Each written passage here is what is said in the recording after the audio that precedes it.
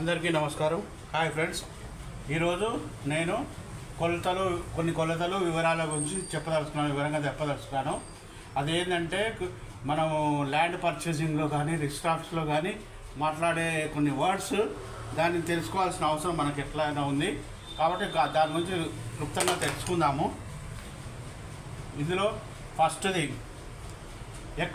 ఒక ఎకరము అంటే 4840 చదరపు గజాలు. ఒక ఎకరం ఈజ్వల్ 4840 చదరపు గజాలు. ఒక హెక్టేరు అంటే 2.471 ఎకరాలు. ఒక హెక్టేర్ ఈజ్వల్ 2.471 ఎకరాలు. ఒక గుంట అంటే 120 చదరపు గజాలు. 42 గుంటలు అంటే ఒక ఎకరము. ఒక సెంటు అంటే 435 చదరపు అడుగులు. 100 సెంట్లు అంటే ఒక ఎకరం. పహాణి అంటే సాగు భూముల వివరాలు నమోదు చేసే రిజిస్టర్. సాగు భూముల వివరాలు అంటే అగ్రికల్చర్ ల్యాండ్స్ దాని యొక్క డీటెయిల్స్ నమోదు చేసే రిజిస్టర్ను పహాణి అంటారు. ఆయకట్టు ఒక జలాధారము కింద సాగవుతున్న వ్యవసాయ భూమి. ఒక జలాధారం అంటే ఒక చెరువు కానీ ఒక కుంట కానీ ఒక నది కానీ దాని కింద సాగవుతున్న ఒక డ్యామ్ కానీ దాని కింద సాగవుతున్న వ్యవసాయ భూమిని ఆయకట్టు అంటారనమాట.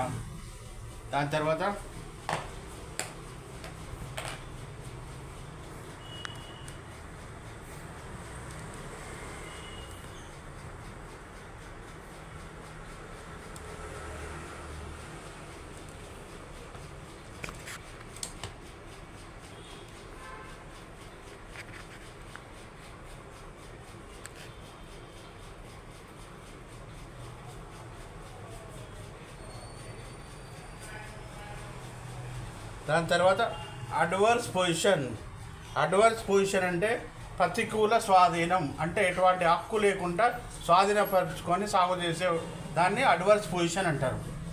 ఏలియనేషన్ అంటే ప్రజా ప్రయోజనాల కోసం ప్రభుత్వ భూమిని కేటాయించడం. అంటే ఒక పబ్లిక్ ఇంట్రెస్ట్ మీద ప్రజల కోసమని ప్రభుత్వ భూమిని, గవర్నమెంట్ ల్యాండ్ను ఒక ఫ్యాక్టరీకి కానీ, ఒక కెమికల్ ఫ్యాక్టరీకి కానీ, ఒక హాస్పిటల్కి కానీ, ఒక ఎడ్యుకేషన్ ఇన్స్టిట్యూషన్స్ కానీ, ఒక ఇండస్ట్రీకి కానీ స్థాపించడానికి ఇచ్చే దాన్ని కేటాయించడాన్ని ఏలియనేషన్ అంటారు.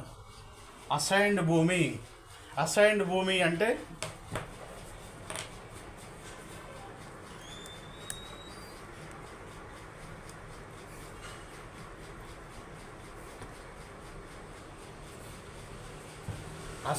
అంటే భూమి లేని నిరుపేదలకు సాగు చేసుకోవడానికి, నివసించడానికి ఇచ్చిన భూమి. అసైన్డ్ భూమి అంటే ఏంటంటే భూమి లేనటువంటి నిరుపేదలకు, పూర్ పీపుల్కు సాగు చేసుకోవడానికి, అగ్రికల్చర్ చేసుకోవడానికి, నివసించడానికి అంటే అక్కడ ఉండడానికి ఇచ్చిన భూమి. దీన్ని అసైన్డ్ భూమి అంటారు. ఇట్టి భూమిని వారసత్వంగా అనుభవించాలి. అంటే వాళ్ళ పిల్లలు మాత్రమే వాడుకోవాలి. ఇతరులకు అమ్మరాదు. ఇతరులకు ఎవరికి అమ్మకూడదు. బదిలీ చేయరాదు. బదిలీ కూడా చేయకూడదు. అంటే ట్రాన్స్ఫర్ కూడా చేయకూడదు.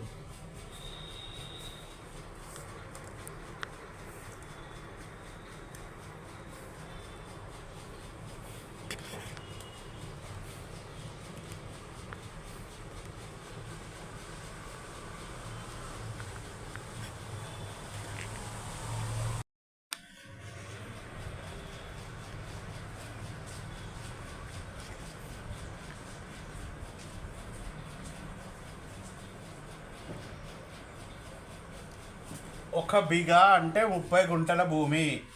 పట్టా అంటే ఇది ఆస్తి యొక్క చట్టపరమైన యజమాన్ని గుర్తిస్తూ ఇచ్చిన డాక్యుమెంట్. అంటే ఆస్తి అంటే దాని ప్రాపర్టీ యొక్క చట్టపరమైన లీగల్ యజమాని అంటే ఓనర్ను గుర్తిస్తూ అంటే రికగ్నైజేషన్ ఇస్తూ ఇచ్చిన document issued by MRO offices. Patta. Encumbrance certificate అంటే ఈసీ. ఆస్తి డబుల్ రిజిస్ట్రేషన్ చేయబడిందో లేదో తనిఖీ చేయడానికి ఈసీని తనిఖీ చేయాలి. ఇది ఈసీ తీసుకోవడం అంటే రిజిస్ట్రేషన్ ఆఫీస్కి పోయి మనం ఈసీ తీసుకుంటే అందులో ఫస్ట్ భూమి రిజిస్ట్రేషన్ అయిన దగ్గర నుంచి ఇప్పటి వరకు టిల్ డేట్ ఈ రోజు వరకు ఎవరెవరి రిజిస్ట్రేషన్ అయిందనే డీటెయిల్స్ వస్తుంది. దాన్ని ఈసీ అంటారు.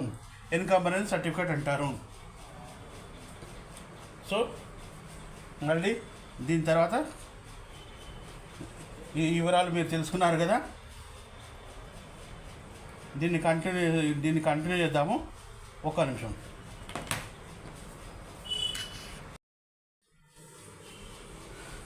హలో ఫ్రెండ్స్, తెలంగాణలో ల్యాండ్ రిజిస్ట్రేషన్ ఛార్జీలు ఎలా ఉంటాయని తెలుసుకోవాలంటే ఈ వీడియో చూడండి. నేను Ravikumar, housing net Ravikumar channel మనది. ఈ రిజిస్ట్రేషన్ ఛార్జీలన్నీ టైప్ ఆఫ్ లొకేషన్, మన location, property value, property market value మరియు దాని యొక్క ఏరియాని బట్టి ఆధారపడి ఉంటాయి. జనరల్గా రిజిస్ట్రేషన్ వాల్యూ ఎట్లా ఉంటుంది అంటే stamp duty 4% of property value ఉంటుంది. Stamp duty 4% of property value ఉంటుంది. Registration charge 1% of property value ఉంటుంది. ప్రాపర్టీ వాల్యూ అంటే ఇక్కడ 4% ఆఫ్ మార్కెట్ వాల్యూ, అంటే మన మార్కెట్ వాల్యూ అక్కడ ఎంత ఉందో మార్కెట్ విలువను బట్టి అక్కడ ఉంటుంది. ఇప్పుడు ఎక్కడైనా ఈ ఏరియాలో మార్కెట్ విలువ 20,000 ఉందనుకోండి. 20,000 ఉన్నట్లయితే 100 గజాలకు ఎంత అవుతుంది? మార్కెట్ 20,000 ఇంటూ 100 గజాలు, 100 గజాలకు ఎంత అవుతుంది? 20,000 ఇంటూ 100 గజాలు అంటే 20 లక్షలు అవుతుంది. 20 లక్షలకు 4%. 4% అంటే 80,000 అవుతుంది. అంటే మన మార్కెట్ వాల్యూ బట్టి, ప్రాపర్టీ మార్కెట్ వాల్యూ బట్టి ఉంటుంది. 4% property value. Registration charge 1% of property value ఉంటుంది. సో ఇది సేల్ డీడ్ రిజిస్ట్రేషన్ ఛార్జెస్. ఒకవేళ సేల్ డీడ్ను రిజిస్ట్రేషన్ చేయాలనుకున్నట్లయితే 5% ఆఫ్ గ్రామ పంచాయతీ, 5.5% ఆఫ్ గ్రామ పంచాయతీ ఫర్ 5.5% గ్రామ పంచాయతీల్లో అయితే 5.5% ఉంటుంది సేల్ డీడ్ రిజిస్ట్రేషన్. 5.5% గ్రామ పంచాయతీల్లో ఉంటుంది. 2% వేరే చోట్ల ఉంటుంది. సేల్ డీడ్ ఛార్జెస్ 2% వేరే చోట్ల ఉంటుంది. తర్వాత సేల్ అగ్రిమెంట్ వితౌట్ పొజిషన్, అంటే agreement without position, sale agreement without position. Without position అంటే మనం అక్కడ ఆక్యుపై చేయకుండా మనం సేల్ అగ్రిమెంట్ చేసుకోవాలి అనుకున్నట్లయితే, రిజిస్ట్రేషన్ చేసుకోవాలనుకున్నట్లయితే, ఆక్యుపై చేయకుండా రిజిస్ట్రేషన్ చేసుకోవాలనుకున్నట్లయితే 5.5% అడ్జస్టబుల్, 5.5% మ్యాక్సిమం ఉంటుంది. అండ్ 0.5% మినిమం ఉంటుంది. 0.5% మినిమం ఉంటుంది. అంటే మినిమం 1,000 రూపాయలు ఉన్నట్లయితే మ్యాక్సిమం 20,000 ఉంటుంది. Gift for a family member gift ఇవ్వాలనుకున్నట్లయితే 2% స్టాంప్ డ్యూటీ ఉంటుంది. 2% స్టాంప్ డ్యూటీ ఉంటుంది. 0.5% రిజిస్ట్రేషన్ ఛార్జెస్ ఉంటాయి. 0.5% రిజిస్ట్రేషన్ ఛార్జెస్ ఉంటాయి. 2% స్టాంప్ డ్యూటీ ఉంటుంది. 0.5% రిజిస్ట్రేషన్ ఛార్జెస్ ఉంటాయి. మినిమం ఎంత? 2,000 నుంచి మ్యాక్సిమం 25,000 వరకు ఉంటుంది. గిఫ్ట్ ఫర్ ఏ ఫ్యామిలీ మెంబర్కు సేల్ చేయాలనుకుంటాడు, అది రిజిస్ట్రేషన్ చేయాలనుకున్నట్లయితే, గిఫ్ట్ లాగా రిజిస్ట్రేషన్ చేయాలనుకుంటే. గిఫ్ట్ ఫర్ సమ్వన్ ఎల్స్, ఇంకా ఫ్యామిలీ మెంబర్ కాకుండా ఇంకా ఎవరైనా బయట వాళ్లకు రిజిస్ట్రేషన్ చేయాలనుకుంటే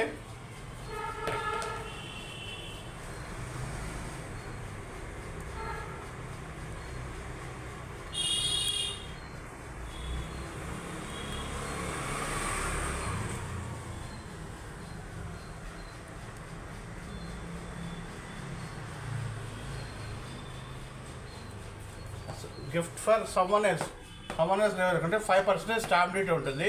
0.5% రిజిస్ట్రేషన్ ఛార్జెస్ ఉంటాయి. 5% stamp duty, 0.5% registration charges. Minimum value of 2,000 నుంచి మ్యాక్సిమం వాల్యూ ఆఫ్ 1 lakh వరకు ఉంటుంది. రిజిస్ట్రేషన్ ఛార్జీల ఎస్టిమేషన్ కోసము multiply the property market value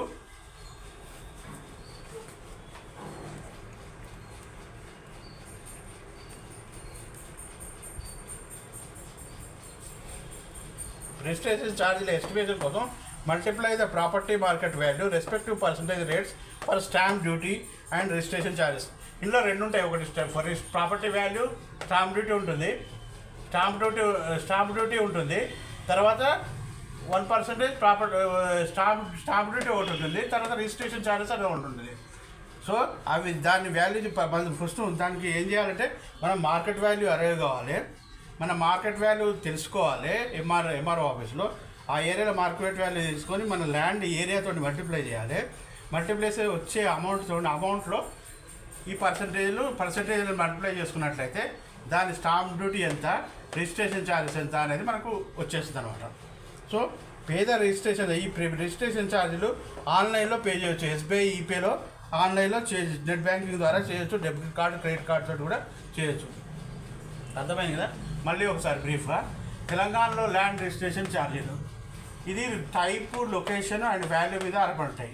stamp duty అనేది 4% ప్రాపర్టీ వాల్యూ, రిజిస్ట్రేషన్ ఛార్జ్ అనేది 1% ఆఫ్ ప్రాపర్టీ వాల్యూ, అంటే total 5%. So sale deed registration ఛార్జీలు, sale deed యొక్క రిజిస్ట్రేషన్ ఛార్జీలు 5.5% ఫర్ గ్రామ పంచాయతీలో 5% 2% ఇతర చోట్ల వేరే చోట్లలో.